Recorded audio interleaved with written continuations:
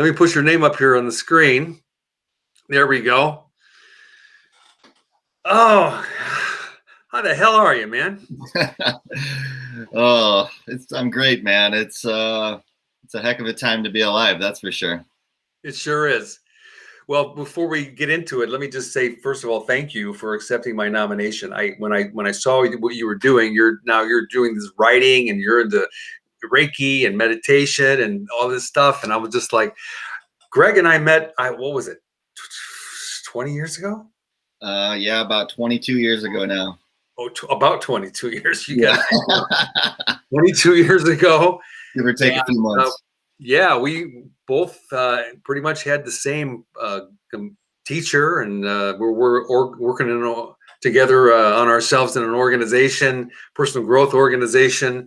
And I mean, we've kind of been seeing each other online for what? Yeah, in between, and we both had kind of a journey.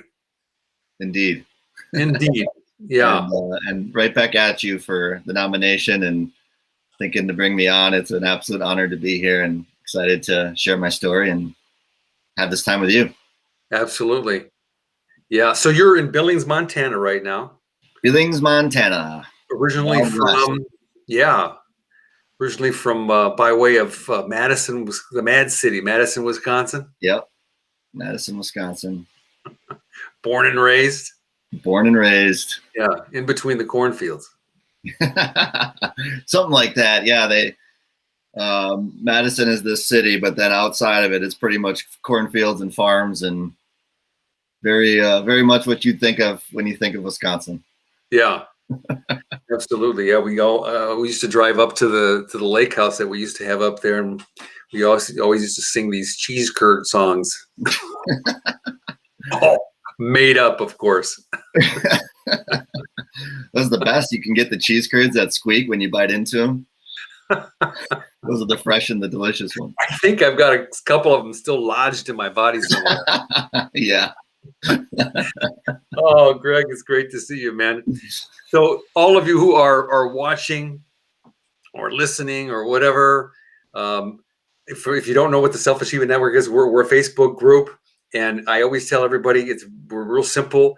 We're about giving people opportunity to either discover their passion, share their passion, or to evolve their passion. And so that's what we're doing here. And Greg accepted my nomination. I'm like a scout, right? And I see people that are doing cool stuff in their life. And I saw Greg, and he's now doing this writing, and he's doing this Reiki and guided meditation. It's like, what is he doing? So I'm like, I'm nominating that guy right there.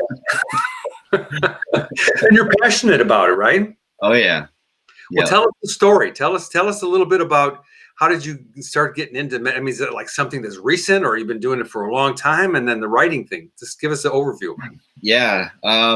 So I suppose the overview is these are things that maybe not the meditation, but the writing is something I've enjoyed since I was a young person, my teenage years. I always found it as a incredible way to express myself and enjoyed it immensely. As far as the meditation goes, it's something I dabbled in for years. It was more like I would sit there and be like, what the hell am I doing? You know, and I'd get all this anxiety, and I would just be sitting there waiting. I'd set a timer and be waiting for the clock to go off. And I'm like, what am I getting from this? And it was a very kind of confusing thing for many years. And then I would say about over a year ago, maybe 15 months or so, I had kind of I don't want to say kind of, it was very much of a spiritual revelation, and meditation started to take on a brand new meaning in my life. And I learned how to use it effectively to go deeper in myself. And I realized a lot of people don't know how, like I didn't know how, or they just have never learned how to do it, or don't realize the value of it, or afraid of it. It's a scary thing sometimes to sit with my own mind and just allow it to be without judgment. And so there's a lot of reasons, and I feel like I've come to a place where I'm able to help people get some tools on it.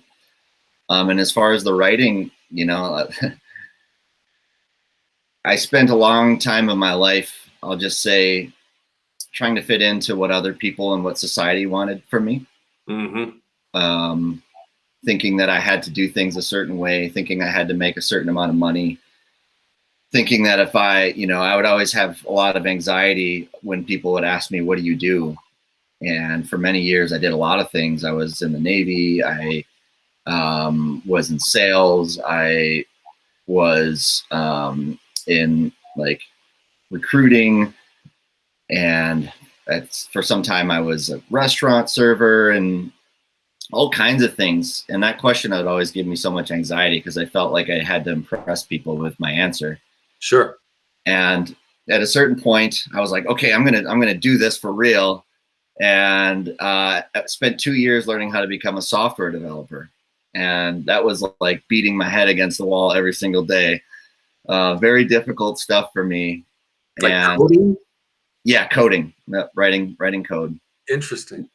And both my brothers do it successfully, professionally. And I thought, well, I can do this too. It's in the DNA, right? Of course. Yeah, exactly. No big deal. I got this. And it was a stretch. I mean, this was like 3 years ago, I started this process, maybe a little more than that. And then got hired in my first job, and I finally could tell people, yes, I'm in software. Like I had this cool thing to say, and, but still there was this need to impress people. And I would go to work and I would come home from work and I'd be like, this isn't great. Like this is, I'm sure I'm making money, but there's something not great about this. So all this to say, a lot changed. I got laid off because of COVID. I ended up I am in the process of now going through a divorce. And it was sort of like all these outside world things all of a sudden evaporated in my life. I didn't have a job. I didn't have a marriage. I didn't really have money. I didn't have a place to live because I had to get the heck out of my home from where I was living. So it was this like, almost like a permission slip from God to just be like, all right, man, turn the page. And what are the things that you've always loved doing, and do them. And you don't have to worry about it anymore. So, I was in a meditation deep and I'm like, what am I going to do? What am I going to do? What am I going to do? And then all of a sudden my eyes just popped open and like writing literally just shot out of my mouth. Sure. And so anyway, that's a little, I guess maybe a little bit more than an overview, but that's how I got into writing. We can dive more into the whole writing thing. And, I mean, obviously you're turning that into some generating some money with that and like that. And so, but, I think that, you're just listening to you.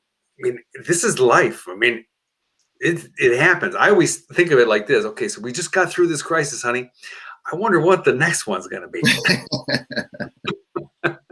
Because it really, I mean, sometimes it seems like we go from, from fallout to fallout to fallout, and, it becomes a great big challenge. And I have hundreds of examples.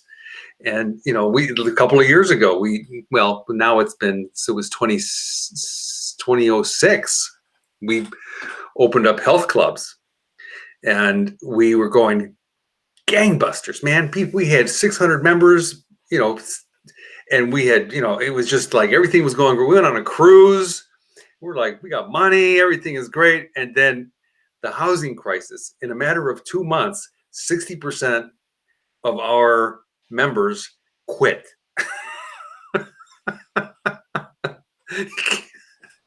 Wow. It's like, here's the checkbook. Yeah. So, wow, man, that's a great story. And so you're doing what you love to do, which I think is really the smart thing to do, because what's the worst that can happen? Doesn't work, right? And you can still continue to do it on the side. I mean, it depends on how much money you want to, or you need to generate. Yeah, that's right. And, my sense is that, if I keep putting value out there, then the value will always return in one form or another. Yeah. That's great. I mean, to do something that you love to do, I think really is kind of like the foundation of what I'm doing here in the Self Achievement Network. Because if you're not doing what you love to do, it just becomes a drag. Yeah. And then I don't even know if people say that word anymore, but it's not fun, right? Yeah. And so then it just becomes like you were doing the whole software thing. It's just not what you want to do, and so what's the point? Exactly. There's such a difference between, like I was alluding to it before, like doing something because it makes me look a certain way, or puts a certain amount of money in my bank account, versus honoring who I am and following that. It's a totally different feeling and experience. Exactly. And that's why I'm doing this, Mm-hmm. because I could have gone back to corporate. I've got a closet, like I said earlier, a closet full of shirts and suits and ties and everything. And that I just didn't want to do that again.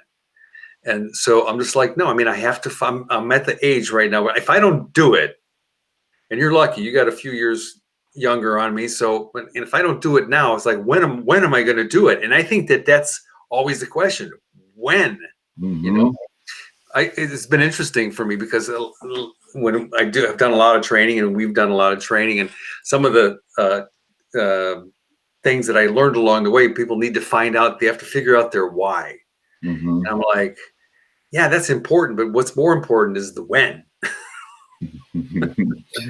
That's very important. Yep. Well, you know what your why is, and then it's about when are you going to do it. And a Mm-hmm. lot of people, I mean, look at all the people that you know in your life. I mean, there are people that know what their passion is, and they know what their purpose in life is. However, they're still working a 9 to 5, and they're not happy. Right. You know, to some degree. And I'm not saying that that's for all people, of course not. But that's great. So the whole talk about the guided the Reiki and the meditation. So you're doing that like in online with groups, or you do that? I mean, Yeah. So it's okay.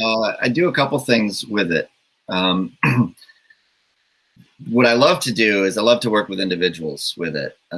I set it up so there's a few minutes of like a coaching session that goes on where we talk about what's going on with the person.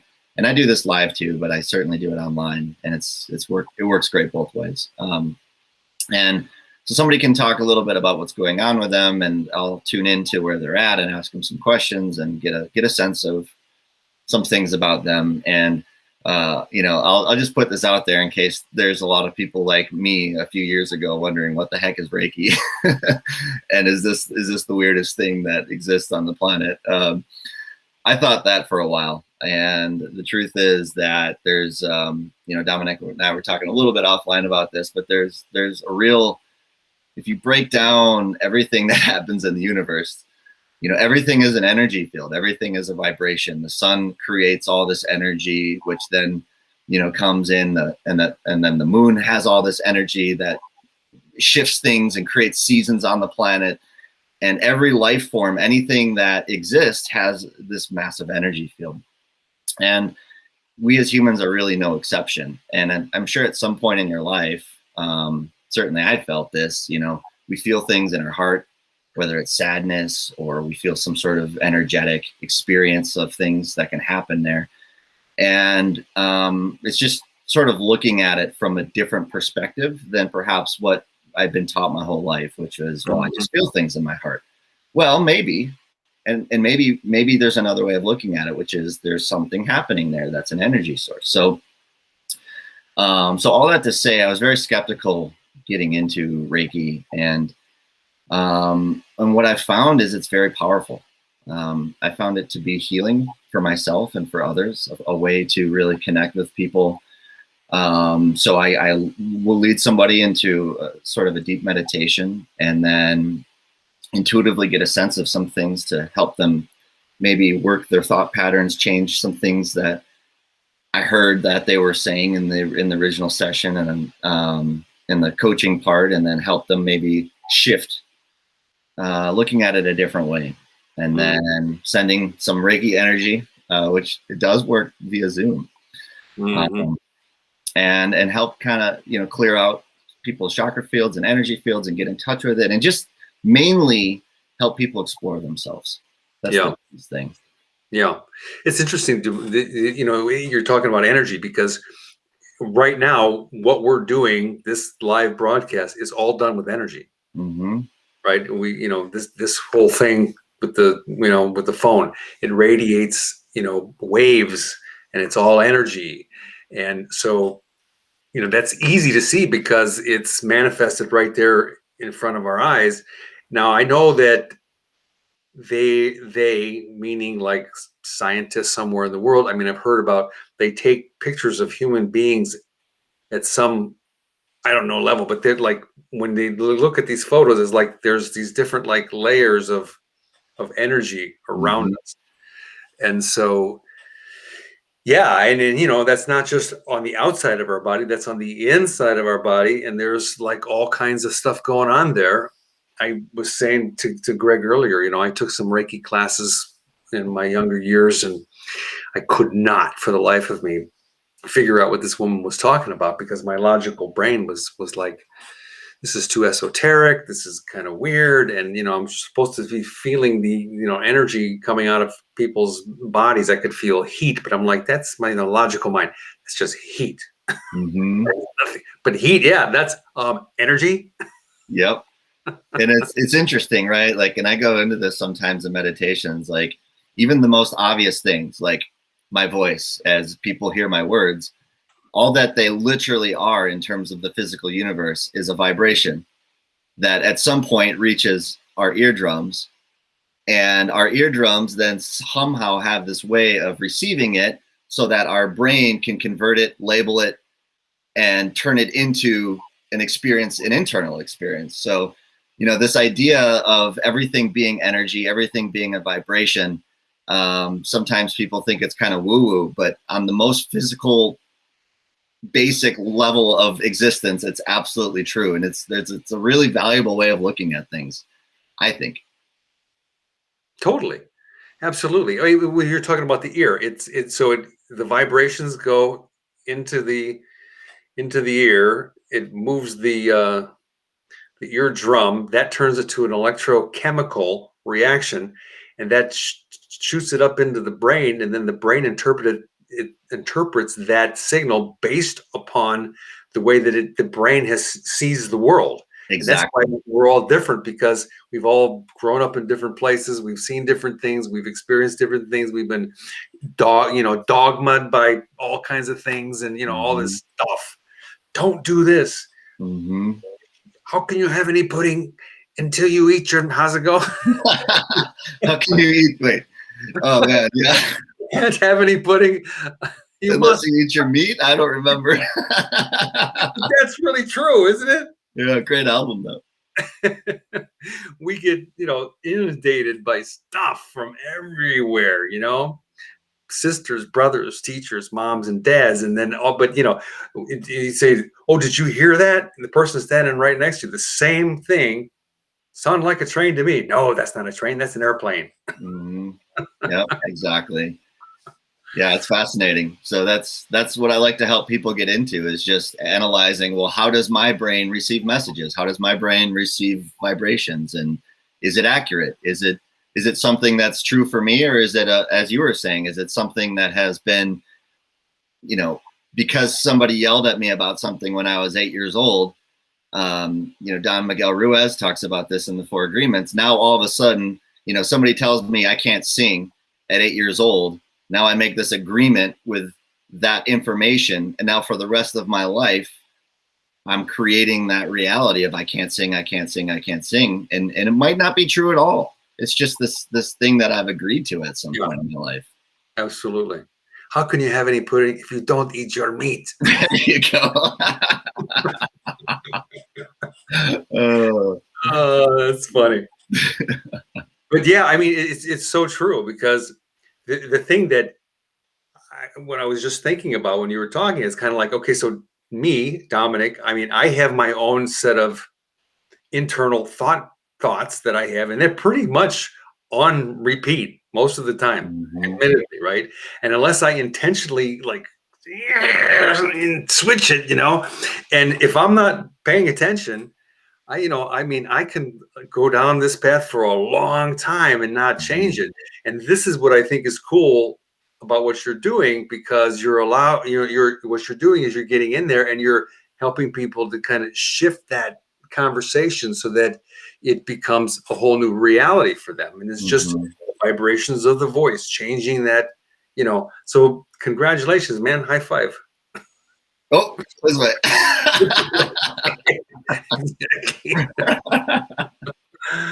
Oh, that's great. So, okay, well, let's go back in time. You grew up you were born in Madison, right?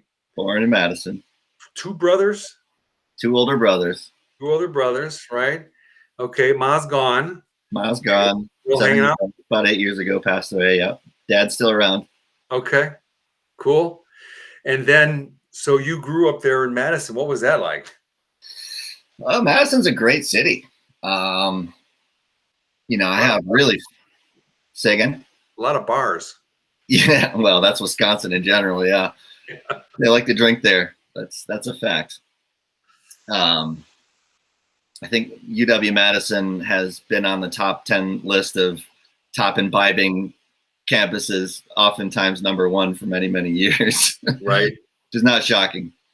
But yeah, Madison's a beautiful city. It's set on an isthmus. In fact, there's two major cities in America set on an isthmus, which is simply, a body of land separated by two waters. And I lived in both of them, which is Seattle and Madison.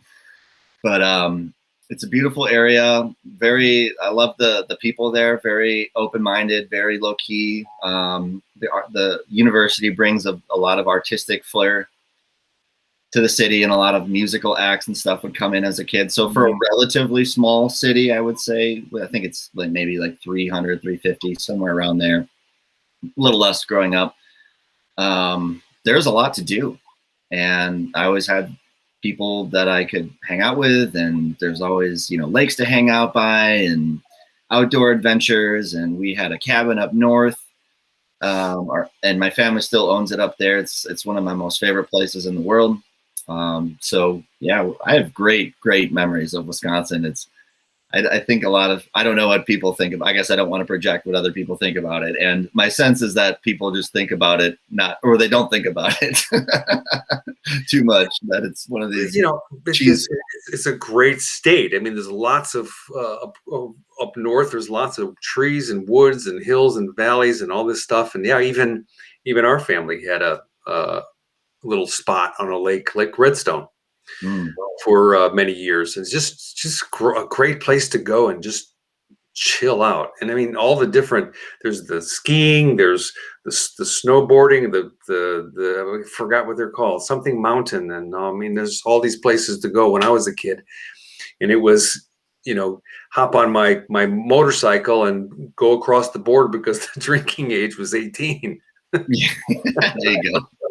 It was always problematic driving home on a motorcycle after spending no kidding. Yeah, right. Not recommended.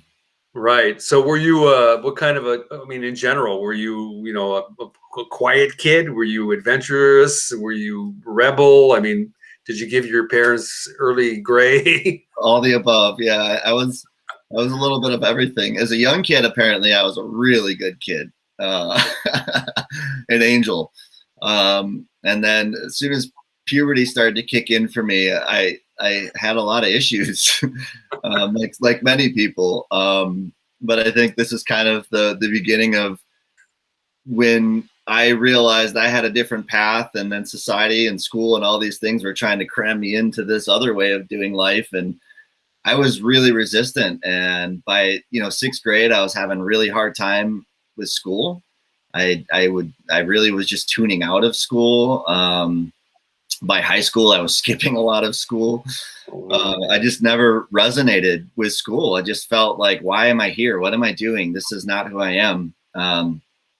But at the same time, I avoided a lot of trouble. At least I didn't get in any trouble with the law growing up. I had some friends. I never got caught. Right. I was always the smart one of my friends, looking out, seeing the bigger picture. How do we make sure we don't get caught? And it's funny because they would, we partied a lot in high school. We'd have parties and do the drinking thing and all that. And it was always the weekends. I played a lot of soccer growing up, tons of I soccer. remember that. You were a soccer dude. Yeah, huge soccer dude. Still coach today, which is super fun. But it was always the weekends that I was gone that they would get busted because they didn't have me there to keep them under control. So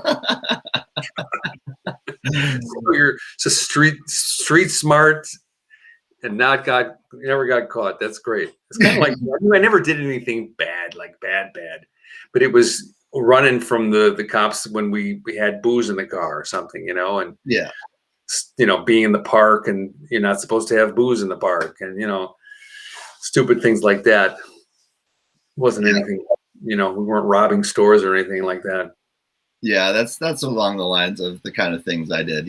My rebellious stuff was more that, I like to party with my friends, and the trouble I would get in would be mainly with school because my parents wanted me to do really well in school, and I could get straight A's for about a semester or less, and then my mind would just be like, what am I doing? I don't want to do this anymore.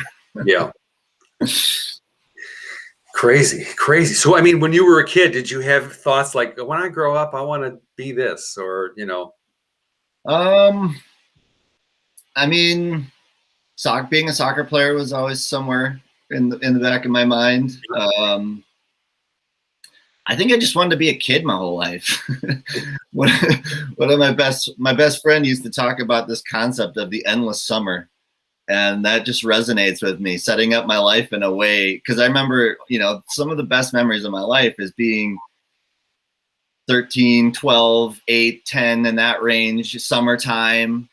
And, summers in Madison were beautiful, and we'd just be running around the neighborhood and playing games and just, staying out until the sun was coming down. And it's sort of this like romantic experience of life at that age. And, it's always been a dream for me to find a way to continue that somehow as an adult and keep that, that childlike spirit still going. So, I think that's really the honest answer. I don't really ever know that I was like, I want to do this occupation or I see myself doing it. I just wanted to play and have fun and go explore the world. Right. And you were able to do that when you joined the military, right? You joined the Navy. Yeah, I definitely did. And, that was one of my biggest reasons for wanting to do it. It was just the opportunity to travel. And the first gig I took was in Sasebo, Japan on a ship. And so I left everything behind, left family, friends, possessions, all that, to live on a ship for 4 years, and got a chance to see a whole bunch of different countries and meet a whole bunch of different people, and huge eye opener, getting a chance to see other places in the world and see how people live. And right. I'm just actually sharing this testimony with someone the other day, like when I visited Thailand for the first time in my life, I met people who were really poor, who were living in dirt floored huts, but the looks in their eyes were that they were so happy and they were smiling and having a good time. And I'm just thinking them like, this was my first culture shock of like, wait a minute, people can be happy without television and money. And it was like, just having that in front of my face for the first time was planting these seeds of like, holy smokes. Right. That's really fascinating. Mm-hmm. I was there. I mean, I wasn't in Thailand when I had that epiphany. I was in Mombasa, Kenya. And it was, the same similar situation. Amazing to see, we have so much in this country. I mean, now it's different. That's been what, 20 years ago, right? Yeah, about 20. Right. Now we met, you were still in your teens, weren't you? You were just 16. Still 16. Man, God, how old are you now? 17. No. 38. 17 going on 38. Yeah, that's the one. Wow, man. So you joined the Navy right out of high school? Pretty much. I took a year and did a lot of internal work, I would say. a lot of spiritual work for a year, and then I had to go do something with my life. Right. Right. So just off the top of your head, so you went to Japan, Thailand, name some of the places. Australia. We went to Dubai. We went to Singapore. Many places in Japan. So a lot of Okinawa is beautiful. Yeah. And a few different places in Australia. And I visited a few different places in Thailand. I took leave and did my own trip down to Sydney, Australia, and Koh Samui, Thailand. So I saw a number of places. Yeah, it was great. Yeah. So you were on the west side. I was on the east side. I was all over Europe, and we did go. So we had the common thing. We went through the Red Sea. Did you go through the Suez Canal? Yeah. Yes, I believe so. That would be from the Red Sea up through past Egypt into the Med, or you never went that way? No, actually, we didn't go there. No. Okay. So yeah, we just went into the IO, and this was during the time when they had the Iran crisis back in, what was his name, Jimmy Carter days. And so we were part of the task force that went in and got our refugees out of the embassy and brought them back. So that was, but yeah, I understand what you're saying. I mean, it's amazing to see these places and in just some of the parts of, like, I've been to Sydney before too, and just seeing the stuff that I saw in books with my own eyes, and hearing their accents in the flesh. Yeah, exactly. I remember the first time I saw the Leaning Tower of Pisa in Pisa, Italy. I felt, you ever see these little kids on airplanes where as soon as they get on the plane, they stand up on the seat and they look back and they stare at, that's how I felt. Yeah. It was like, It's so funny. It's so, we were talking about perception before, and I remember being in Australia and people would be like, you have such an accent. And, from my own selfish, I'm like, no, you have the accent, even though I'm the one in Australia, right? The American in Australia. Exactly. Oh my gosh. Whew.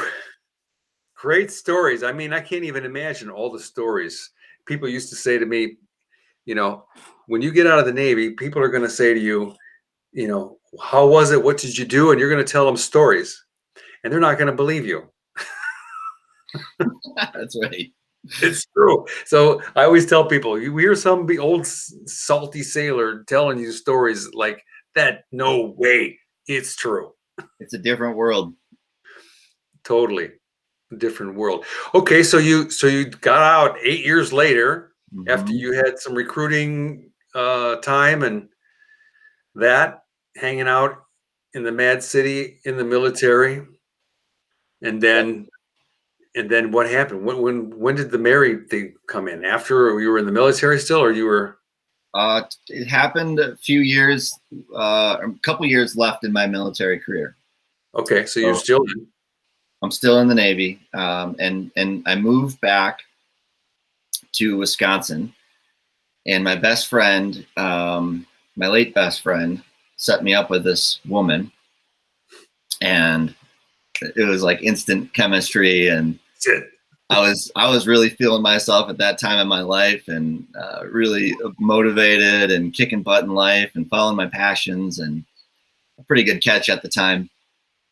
And and so was she, for that matter. And so we met, I think, in November, and were engaged by May. I mean, it was like bam. Yeah. And then married in August. Wow. So it went fast, and in hindsight, it's always 2020. I can see that rushing the process perhaps gave us a different perspective than if we would have been a little bit more patient with the process. No regrets. It's just something to look at.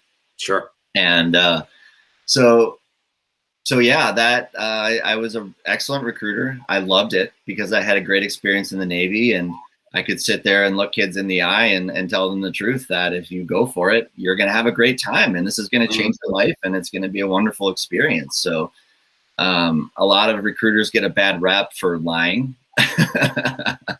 And some of them do. There are some really shady ones out there. And it was, I just never went that route. And I always advocated for the kid. And if they didn't want to go, I wasn't going to push them. And, you know, I think a genuine story for someone often is one of the greatest ways for someone to think for themselves and want to make a story for themselves. So that was really fun. Yeah. Well, that means it's a life-changing job that you had. It was. Yeah. Massive transformation there. The only thing my recruiter told me was that, oh, they won't cut your hair too short, because I was all about my hair when I was, 17, 18 years old. He lied. No mercy. I'm sure they had a good laugh about that one back at the shop. I'm sure.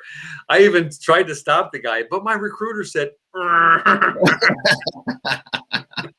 in fact, I think that's one of the first things they told me at boot camp is everything your recruiter said was a lie. So I don't want to hear anyone say, but my recruiter said. Exactly. Exactly. Oh my God. That's so funny. The funniest thing that I remember about boot camp, and I had a great time at boot camp, was that after 2 weeks, we were allowed to go stand in line to use the payphone to call anybody we wanted to call. And of course, I called my mom and dad, collect. And as soon as I heard my mother's voice, I'm like, "Hi, Mom."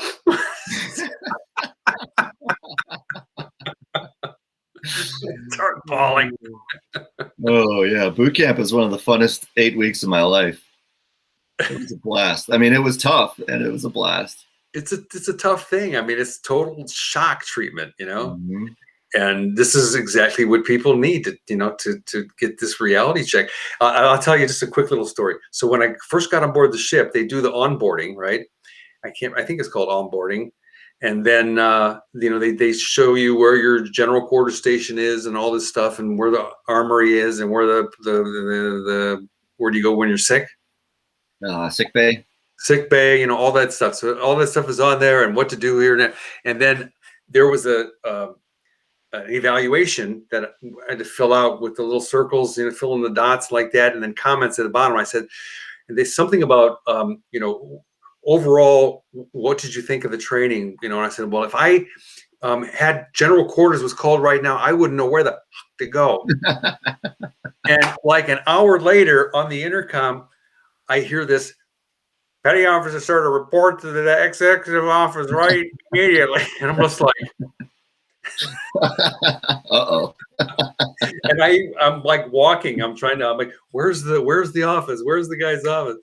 And I'm having the thought, I don't know what I did wrong.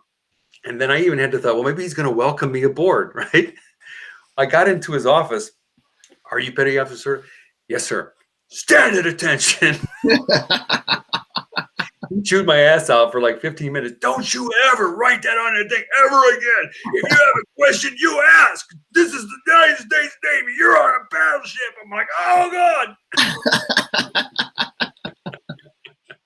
I never messed up again. Yeah. You don't want to mess up in the Navy. It's not pretty.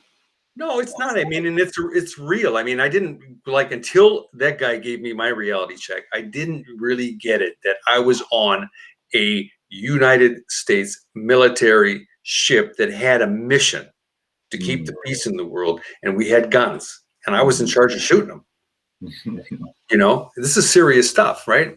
So, anyway, yeah, I mean, I totally relate to the good time. Yeah. A lot of good lessons there. It's easy to remember the good times. Absolutely. And so then, okay, so you got married, and then you're now back in the Mad City.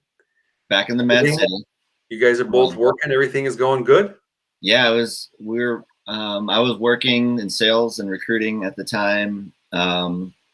We were running our own network marketing business at that time, and it was going very successful. We were making money, and we were leading a lot of people, and we had a lot of great energy with the people we were working with, and great mentors. And it was a really golden age of my life for a few years. And then things got difficult. Things got really difficult. My mom, she actually got diagnosed with cancer while I was over in Japan the first time, colon cancer. There's a story I wrote about how this amazing experience my mom and I had together about how it helped her heal that cancer. And she actually went into remission for, I think, if I'm remembering correct, like another 8 years or 10 years. The exact time is eluding me at the moment. But it was about this time again that the cancer emerged back into her body. And my mom and I were always very close. And I was really not feeling the network marketing business I was in anymore. And I was also not enjoying the career I was in. And I was really in this, like, what am I going to do with my life? And I need to figure it out. And I went to a really dark place, got into addiction problems with abusing pain pills, and was depressed a lot, at times questioning, do I want to stick around, and some really deep, dark stuff. And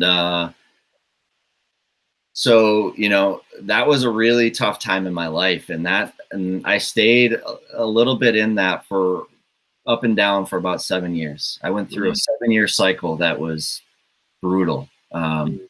During that time, my mom passed away. My best friend took his own life. On the other side of the 7 years, I got laid off in the career I had finally worked so hard to get into. I was going through a divorce, broke, my whole life, like I was saying before, just kind of evaporated in terms of all the things that I thought were me and the things I identified with. And sure. So anyway, it's not a sad story, because it's actually really given me a place to come from and given me a lot of perspective on my life. So really glad I went through those dark times and got through them. It's life, man. It's just, yeah. I mean,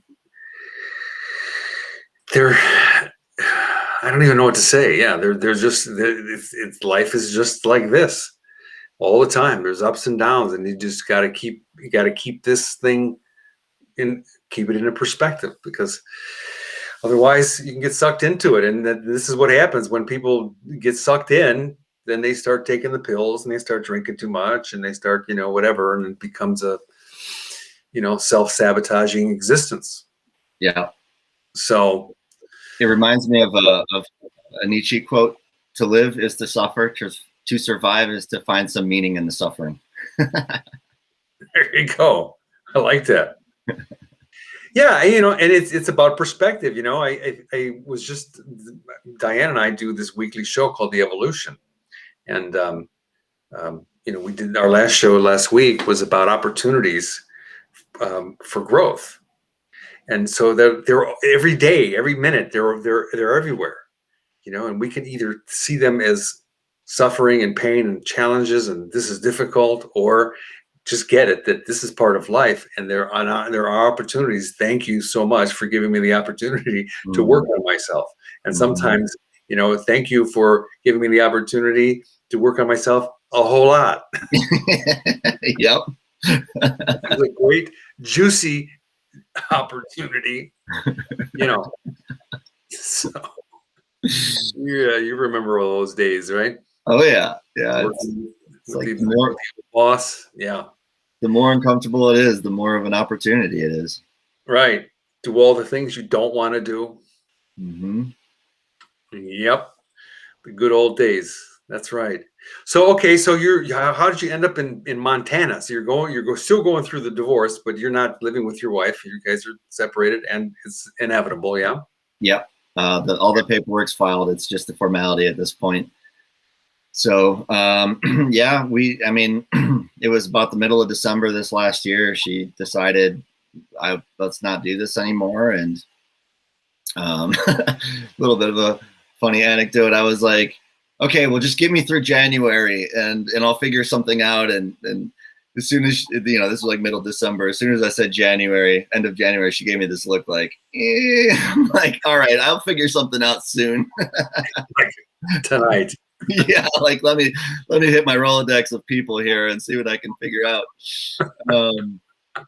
And I had a little bit of a base here in Billings from some actually that same growth seminar that has run here in Billings a few times. And a few years back, I revisited and made some connections here. And one of my best friends in the world and someone who's just a wonderful person has given me a place to crash for a few months and given me a chance to really reset and redesign my life. And so I've taken full advantage of that. And I'm actually now in this process where I plan to be out of this house in the next week or two, and don't really have a clear picture of where the next location is.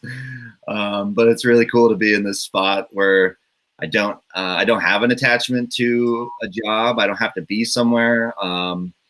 So part of me has always wanted to just travel to the United States and nomad. And, I have friends that go stay at Airbnbs for a few weeks at a time. And then on the weekend, and then go hit up national parks and are doing all this amazing camping. And it's always been a dream of mine. And it's that I'm at a place in my life where I can make that kind of stuff a reality. So I'm pretty much committed to be in the area through June or till the beginning of June. But other than that, I'm in that scared soup.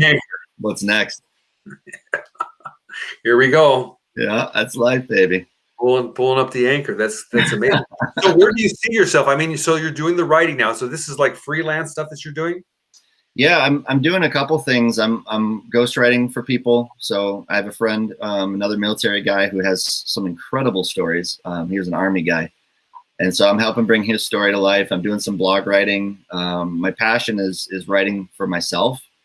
I have a few things published on medium.com of my own work, and I'm working on a pretty ambitious piece now that I'm really excited about. And so I'm compiling a book of my own experiences. I have an artist picked out to do the artwork for it. And, it's a huge passion of mine. So it's really fun to be doing it. So you have, I'm looking here at the thing that you sent me. So I'm looking, you have Mindful Warriors. Yes, Mindfulness Warriors. Mindfulness Warriors. Thank you very much. Talk about that for a little bit. What is that? That is the business that I go under. And it took me a long time to figure out what I was going to name it. And I think it's pretty fitting for where I'm at and what I like to do. And it's just help people create mindfulness. And, warriorship could be a confused term in the sense that it's not about aggression. It's not about fighting each other and in this aggressive way. Warriorship to me is about looking at myself and becoming the person that I really want to be and doing the hard work that we've been talking about, being uncomfortable and looking inward and being honest with myself and evaluating, being able to, there's this amazing book that I know you're familiar with called Shambhala. Yeah. And that's where I got the idea of the warriorship. And if anyone's interested, that book will change your life and give you a whole new perspective. Shambhala, the sacred path of the warrior. Sacred path of the warrior. Yeah. It's almost my Bible. I loved it. When I first got that book, I read that thing from cover to cover 13 times in a row. Wow. It's stuck inside there. I mean, it's just an amazing book. It is incredible. It's one of those books that I'll just pick up a chapter, kind of flip and see which title of the chapter resonates with me and read it. You don't even have to read it from cover to cover. Every chapter has its own amazing message. So that's where I come from with the Mindfulness Warriors. And it's just the name. It's just like a tribe, of people who want to take on this path of warriorship and want to create a better planet and through improving themselves. And I think that's the only way to do it is how can I look at myself to improve myself so that permeates into my immediate environment. And the more people doing that, that's really, it's about a collection of individuals doing it, in my opinion. Yeah. And it's not a man-woman thing. It's all about becoming a warrior, a courageous, mindful warrior in your own life. Because again, back to those, these dips, when's the next one coming, and it's going to be there. And the stronger that we can be, I think the more able we are to deal with it, and it has to do, that's like the let's see, my logo is not up here, but the logo for the Self-Achievement Network is like an asterisk. It is an asterisk actually, but it's got different branches and it kind of looks like a cogwheel. And there's, the normal parts, areas of life, family, money, career, health, I call it recreation, because recreation combines a lot of doing all those things so that we can have like a not just a balanced life, but a full life of experiences. People ask me, so what are you doing? It's like, I talk in all the writing that I've done, and I've got several books published. I talk about life experiences, creating, like, I want to have that experience right there. I've jumped out of a plane. That was an experience. I passed out. I'm glad you're here. But it's like, I'm looking at now very selectively at what experiences do I want to create in my life so that I can have a full life. Like, I just recently bought a Harley, my list.